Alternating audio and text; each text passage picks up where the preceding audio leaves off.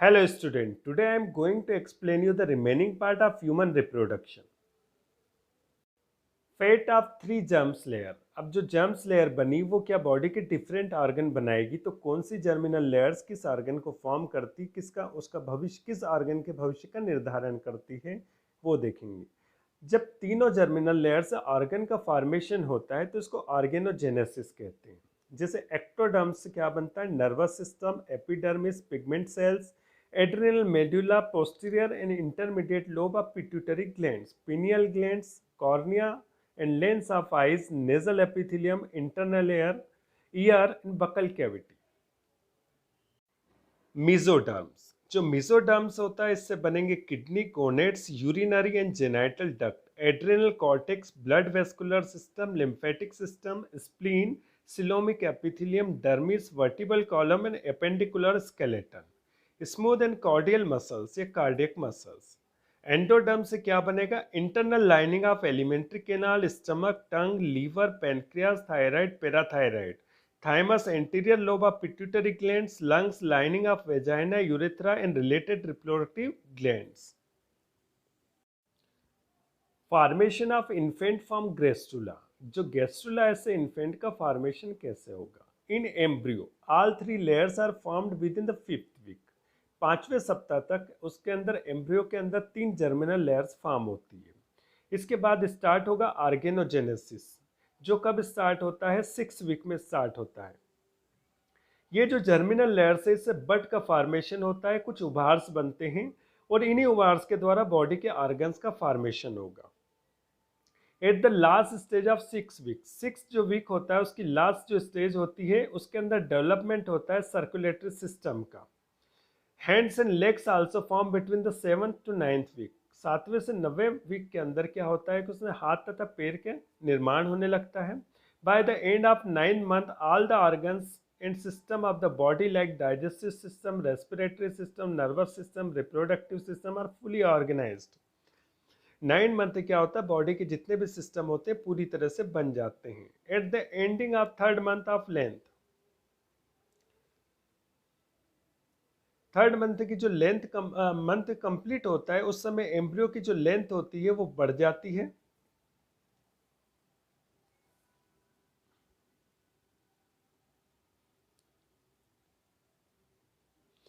और 3rd month तक embryo की जो लेंथ होती है वो 3 इंच होती है। स्केलेटन सिस्टम आल्सो फॉर्म हो जाता है।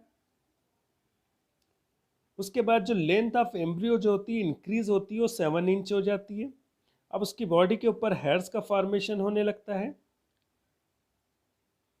Alimentary canal in bone marrow is also form during the 5th month. 5th month के अंदर एलिमेंट्री केनाल और बोन मेरो का फॉर्मेशन हो जाता है।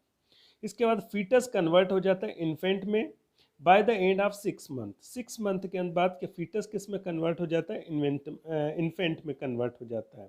उसके बाद उसमें हार्ट बीट भी स्टार्ट हो जाती है। By the 9th month the length of embryo increase up to the 20 inch. जब 9th मंथ तक पहुंचता है तो एम्ब्रियो की जो लेंथ हो जाती है 20 इंच तक हो जाती है।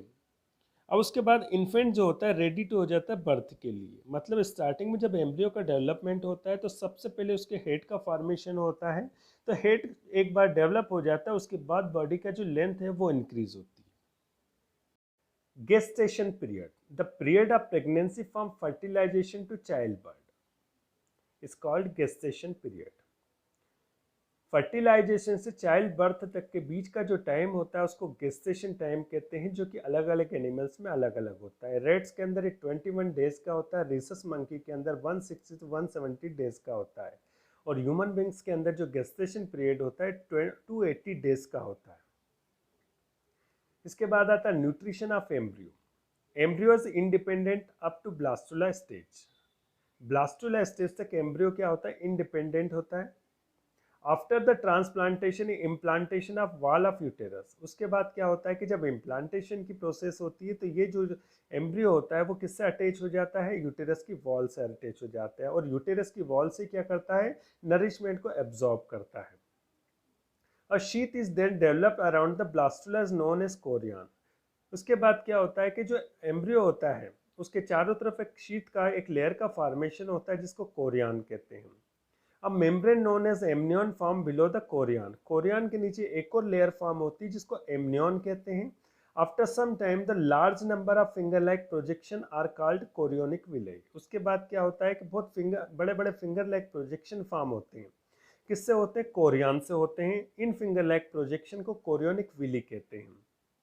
Through this chorionic villi the chorion come into the contact with the wall of uterus. उसके बाद क्या होता है कि जो कोरियोनिक विली होते हैं ये किससे अटैच हो जाते हैं? यूटेरस की वॉल से अटैच हो जाते हैं और उसके अंदर एम्बेडेड हो जाते हैं। Both of this villis together contact the wall of uterus and foetus. ये जो विली होते हैं यूटेरस की वॉल और फीटस से जुड़ जाते हैं। ये जो रीजन होता है वो उसको वेस्कुलर कॉन्टेक्ट रीजन कहते हैं। इसको प्लेसेंटा भी कहा जाता है। यही प्लेसेंटा फीटस को क्या प्रोवाइड करता है? नरिशमेंट और oxygen from body of mothers. Mothers के अंदर जो ऑक्सीजन होता है और जो न्यूट्रिएंट होता है वो इसी प्लेसेंटा के थ्रू कहाँ पहुँचता है? चाइल्ड के अंदर, ये फीटस के अंदर पहुँचता है।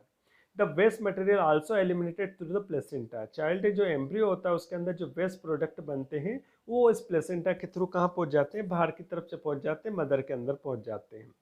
Amniotic membrane filled with the fluid called amniotic fluid. जो एमनियोटिक मेम्ब्रेन होती है उसके अंदर एक फ्लूइड होता है जिसको एमनियोटिक फ्लूइड कहते हैं। The blood vessels which carry the blood and between the fetus and the placenta are confined with the flexible structure is called umbilical cord. The blood vessels जो कि क्या कैरी करेगी? Blood को carry करेगी किसके बीच में? फीटस तथा placenta के बीच में।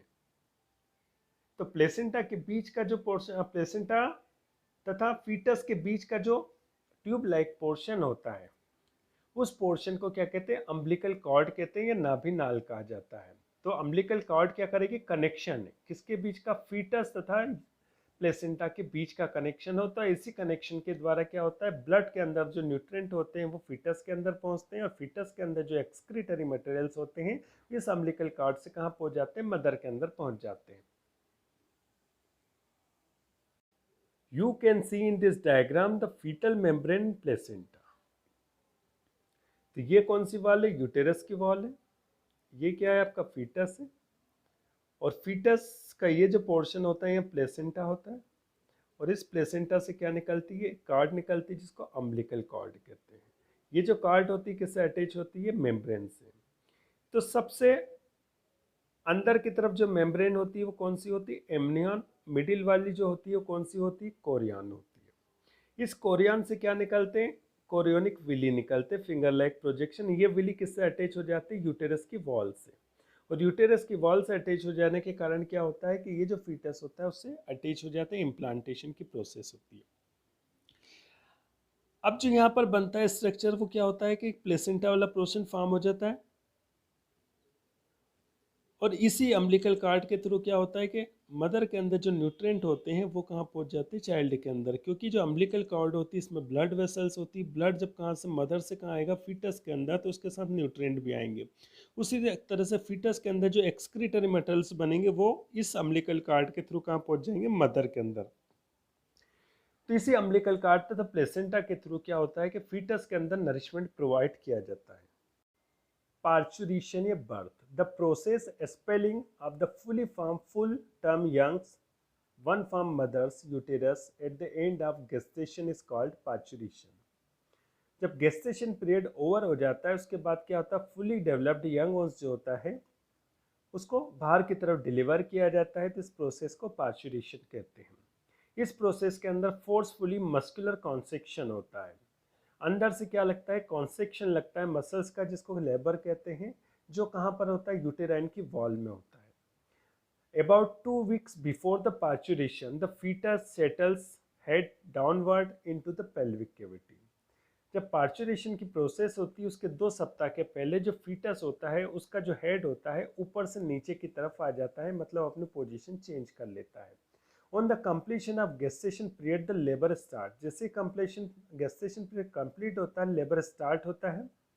It causes labour pains and infant is delivered, जिसके कारण लेबर पेन होता है, इन्फेंट जो होता है डिलीवर हो जाता है बाहर की तरफ। Hormone oxytocin promote the uterine contraction during the parturition. Parturition जो प्रोसेस होती है उस समय कौन सा हार्मोन सिक्रीट होता है? ऑक्सीटोसिन, जो कि यूटेराइन की जो वॉल होती है, मसल्स होती है, उसमें कॉन्ट्रिक्शन की प्रोसेस को स्टार्ट करता है।